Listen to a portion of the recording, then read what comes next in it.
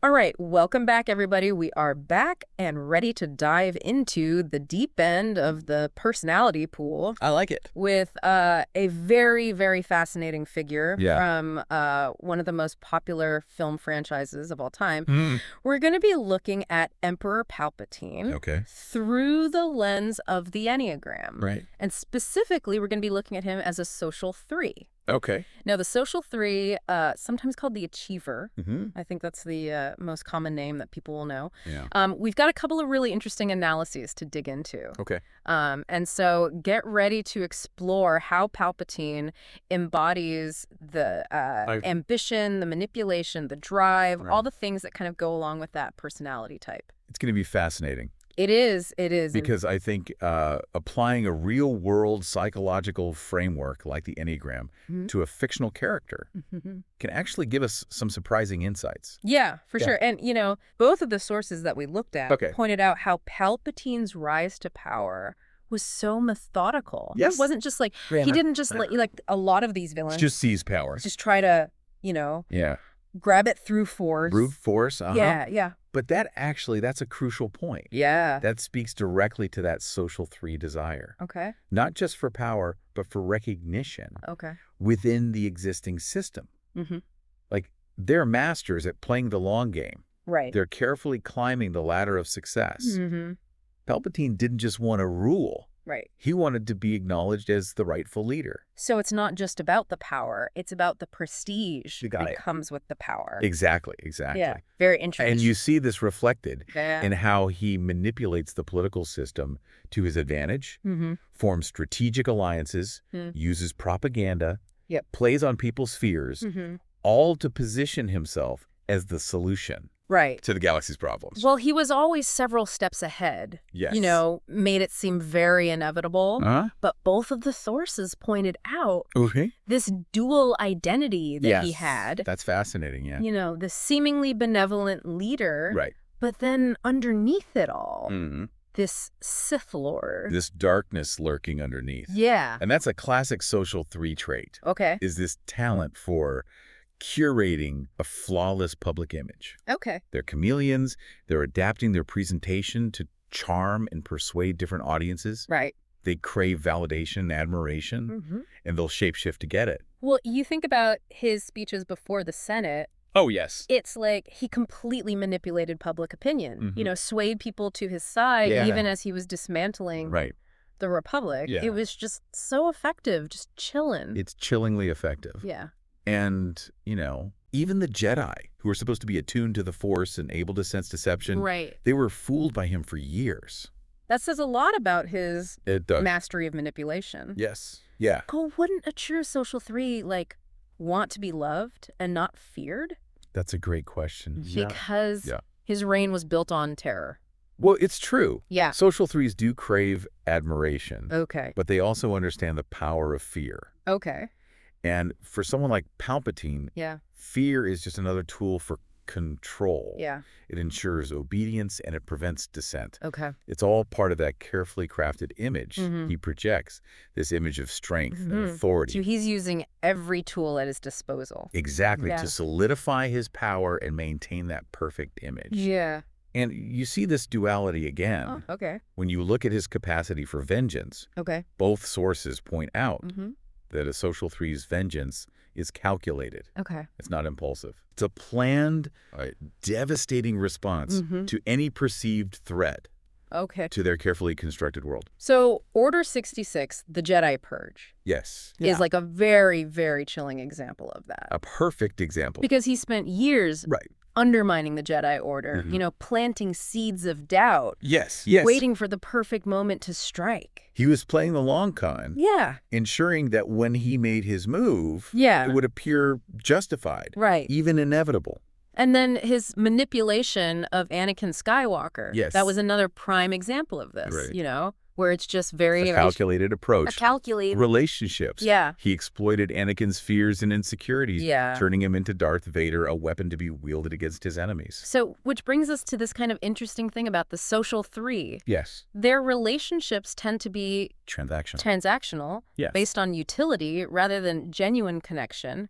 Right, because if someone is no longer useful Right. to a social three's goals, Yeah. they're quickly discarded. So, like, we even see this with how he treats Vader later on, looking to replace him with Luke. Yeah. So for a social three, maintaining control and achieving those ambitions comes before any true emotional connection. It's a complex dynamic. Okay. It's not that social threes are incapable of feeling. Right. It's that those feelings are often filtered through the lens of their goals and ambitions. Okay.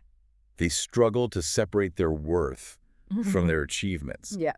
And that can impact how they interact with others. It makes you wonder how many seemingly confident leaders are actually driven by this underlying fear of being exposed as inadequate or unworthy. Yeah, that's a question. Yeah. We'll delve into further as we explore Palpatine's vulnerabilities. Well, before we go any further, I want to go back to this chameleonic adaptability. Yes. Both sources talked about how he effortlessly transitions between roles. He does. Mentor, dictator. Yeah. Seemingly frail old man. And then suddenly powerful Sith Lord. It's almost like he's constantly wearing a mask. Right. Showing the galaxy only what he wants them to see. And he always seems to know when to appear weak to garner sympathy and when to assert dominance to instill fear. It's a constant performance. Yeah. A manipulation of perception to achieve his goals. And that's something we're going to explore even further in the next part of our deep dive. Yeah, that mastery of manipulation. We're going to see how that ties into the social three's deepest fears. Yes. And how those fears ultimately contribute to his downfall. The Palpatine's downfall. It's going to be good. I think things are about to get really interesting. Stay tuned. Okay, welcome back, everybody. We left off talking about Palpatine and his, his ability to kind of adapt to be whoever he needs to be to get what he wants. But now we're going to look at the flip side of that. Yes. What lies beneath that carefully constructed persona? Yeah, what are the deeper fears and insecurities that drive a social three like Palpatine? So, at the heart of the social three, what makes them so vulnerable? It's that deep-seated fear of being exposed as a fraud. Okay. Remember, social threes build their entire identity around achievement and recognition. Yeah. So the idea that someone might see through their carefully crafted image, see them as anything less than successful and admirable, that's absolutely terrifying to them. But Palpatine seems so confident, so in control. That's the thing about social threes. Okay.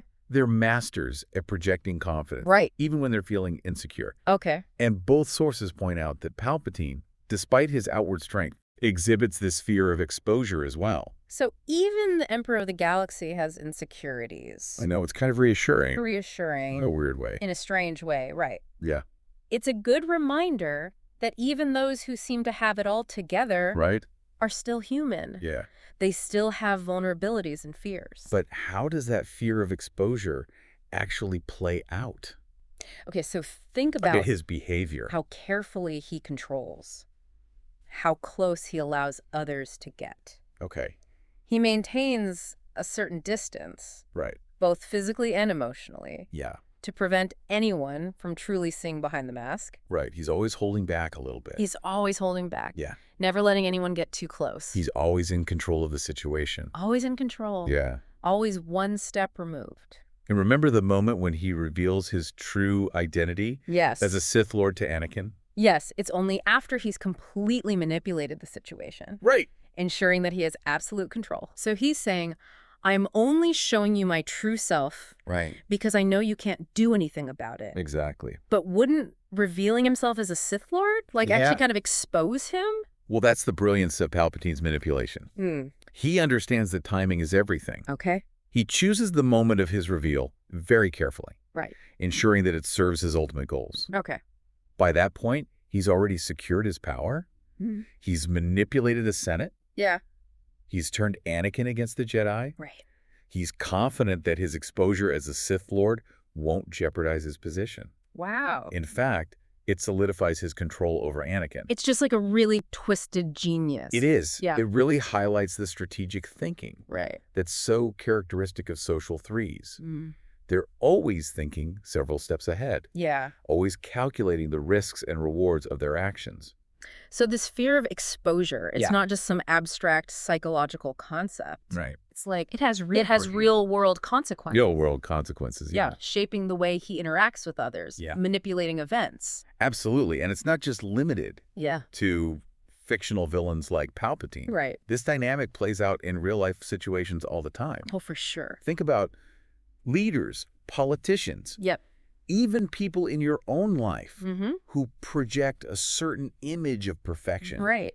who seem to effortlessly achieve success. Yeah, it's like they might be driven by that same underlying fear Exactly. of being exposed as a fraud. That's the power of this kind of analysis. Right. It helps us to see beyond the surface, to understand the deeper motivations that drive human behavior. It helps us understand them better. Yes. Yes. And that understanding can be incredibly valuable, Yeah. both in protecting ourselves from manipulation Right. and in developing greater empathy for others. It's not just analyzing a fictional character. It's not, no. We're learning about It's about patterns of behavior patterns of behavior that exist in the real world, that exist in the real world. Yeah. which means we can start to recognize them Right. and understand them better. Yeah. And as we kind of explore Palpatine's story further, Yes. we're going to see how this fear of exposure Yes. combined with that social three need for control Uh-huh. can ultimately lead to their downfall. Exactly, because both sources suggest Okay. that this deep-seated fear, coupled with the constant striving for success, Right. can create a kind of blind spot Okay. for social threes. Right. They start to believe their own height, Mm, overestimating their abilities, right. and underestimating those who might challenge them. Yeah. They become so fixated on maintaining control, Okay. on preserving that perfect image, Right. that they lose sight of the bigger picture. You're talking about his ultimate defeat I am. at the hands of Luke Skywalker. Yes. Okay. Palpatine becomes so convinced of his own invincibility, Right. so sure of his ability to manipulate Luke, Right. that he fails to anticipate Luke's compassion and resilience. So his need for control blinds him It does. to the possibility of defeat. Blinds him completely. And that ultimately Is his undoing. just his undoing. Classic villain trope. Yeah. Hubris leads to downfall. Yeah. But seeing it through the lens of the Enneagram, Yes. it takes on a whole new level of meaning. It does. It's It's not just about a bad guy making a mistake. right. It's about the inherent vulnerability Right. of this personality type. Mm-hmm. Their need to control, their fear of exposure. Right. Those very qualities that drive their ambition Right. can also become their Achilles heel. It makes you think, are we all susceptible to this? That's a great question. To this overreach, Yeah. this belief in our own invincibility. And that's one we'll explore further Okay. as we delve into the final act of Palpatine's story. Stay tuned for part 3, Yes. where we examine the final lessons we can learn. Yes. From the rise and fall of this iconic villain. Okay, welcome back, everybody. We've been on quite a journey with Emperor Palpatine, exploring his personality through the lens of the Enneagram Type 3, the social 3. It has been fascinating. It really has, yeah. To see how his ambition, his manipulation, even his fear of exposure all kind of connects back to the core motivations and anxieties of this personality type. Mm-hmm. Absolutely. We talked about his carefully crafted public image, his strategic use of vengeance, and his incredible ability to adapt to any situation. But what really struck me was that idea of the social three's deep-seated fear of being seen as a fraud. It's almost counterintuitive given how confident and successful they often appear. It is. It's the paradox of the social three. Yeah. They're driven by this need to be seen as successful, to achieve recognition and admiration. Right. But that drive often stems from a deep-seated insecurity, a fear that they're not good enough, that they're somehow imposters. And that fear, that need to maintain this perfect image, it can actually lead to their downfall, right? We talked about how Palpatine's belief in his own invincibility blinded him to the possibility of defeat. Exactly. That need to control everything, to always be one step ahead, it can create a sort of tunnel vision. Right. It can become so focused on winning, on maintaining their image, that they lose sight of the bigger picture. They fail to see the potential pitfalls, the cracks in their carefully constructed facade. So in a way, their greatest strength, their ambition, their drive for success can also become their greatest weakness. Precisely. And that's a valuable lesson for all of us, regardless of our Enneagram type. It's a reminder that even the most successful people, the most seemingly confident individuals, can be driven by insecurities and fears. It's a humanizing thought, isn't it? It is. Yeah. It reminds us that none of us are immune to self-doubt, to those moments of questioning our own worth. And it also helps us understand those who might be using their achievements and their carefully crafted image to manipulate or control others. It allows us to see past the surface, to recognize the underlying motivations and insecurities that might be driving their behavior. So it's not just about analyzing fictional characters like Palpatine. It's not, no. It's about developing greater self-awareness and empathy in our own lives. Exactly. By understanding the Enneagram, we gain valuable insights into the human condition, to the motivations that drive us all. And that understanding can help us navigate the complexities of relationships, leadership, and even our own personal growth. So what would you say is the key takeaway from our deep dive into Emperor Palpatine as a social 3? I think it's the importance of balance. Ambition and the drive for success can be incredibly powerful forces, but they need to be tempered with self-awareness, empathy, and a willingness to connect with others on a deeper level.